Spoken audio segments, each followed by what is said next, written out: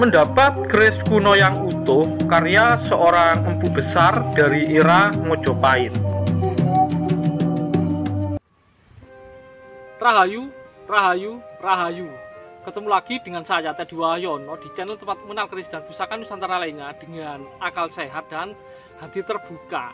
Nah, kali ini kita akan membahas salah satu keris yang kalau ditangguh cuma mengarah ke satu era ya, yaitu Mojopahit ya. Kalau ditangguh ke tangguh yang lain tidak akan cocok ya. Nah, sebelum saya bahas, buat teman-teman yang belum subscribe, silahkan subscribe dulu biar tidak ketinggalan informasi dari channel ini. Nah, jadi ini adalah sebuah keris ya. Jadi ini memang sudah sangat sepuh, dan waktu awal saya mendapatkannya itu agak ada karatnya ya.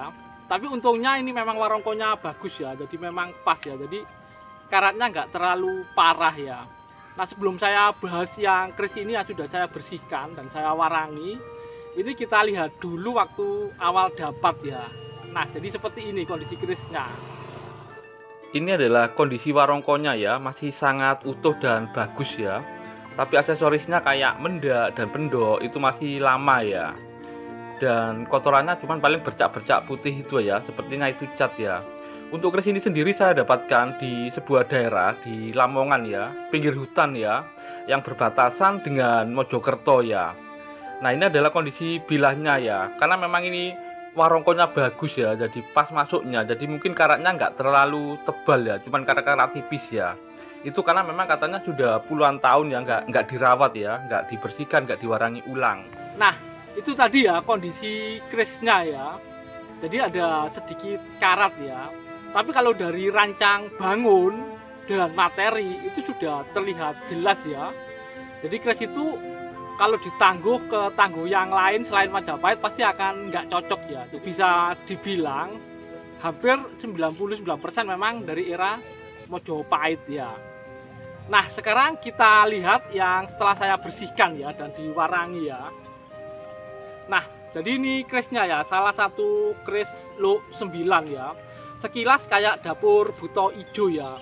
Tapi kalau kita lihat ini ada cogokan satu ya, bagian depan aja ya.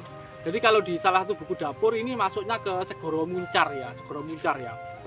Nah, sebenarnya yang istimewa kalau teman-teman melihat di beberapa literatur lama atau kalau mau praktis di ensiklopedi keris, karena itu merangkum dari beberapa literatur lama, ini akan mengarah ke salah satu empu besar di era Mojopahit ya. Jadi memang ada beberapa empu besar di era Mojopahit kalau dari beberapa literatur. Dan ada ciri-cirinya juga ya, tertulis ya. Dan ini memang mengarah ke salah satu empu besar tersebut ya. Nah, untuk lebih detailnya tentang keris Luk 9 ini, ada bilang buto hijau, tapi sebenarnya ini kalau buto hijau nggak pakai cogokan depan ya. Kalau pakai cogokan depan ini masuknya ke Segoro Muncar ya. Nah, untuk lebih detailnya langsung saja kita simak sama-sama. Nah, ini adalah detail warongkonya ya, gaya-gayaman Solo ya. Kalau kayunya sendiri sepertinya ini kayu jati gembul ya kayaknya ya ini ya.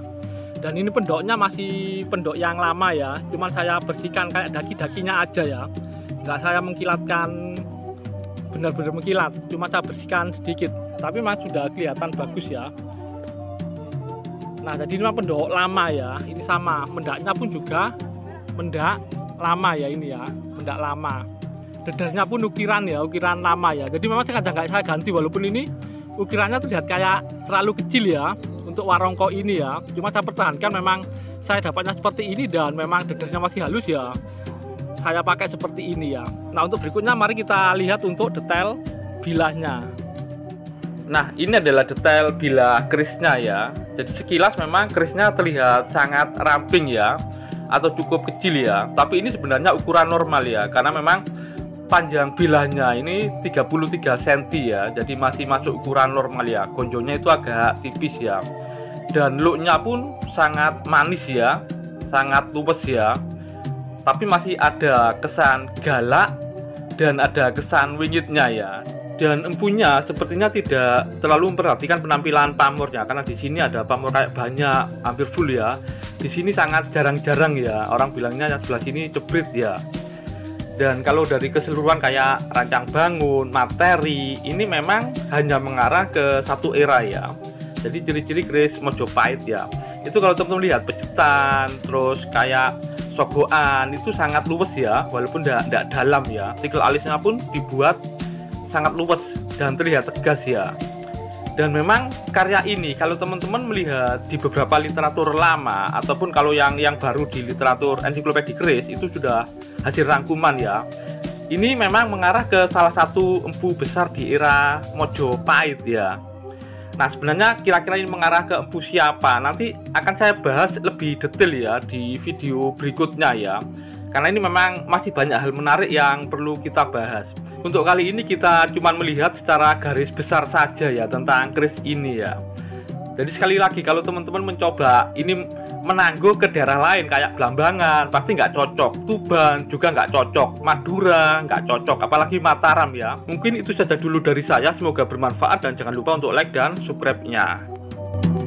Sopo entuk wahyuning Allah, biyo dumilah mangulah ngelmu bangkit. Bangkit mikat reh mangukut kukutaning jiwonggo. Siapa yang mendapat anugerah Tuhan akan pandai menerapkan ilmu yang baik, mampu menarik perintah kesempurnaan, lepasnya jiwa raga.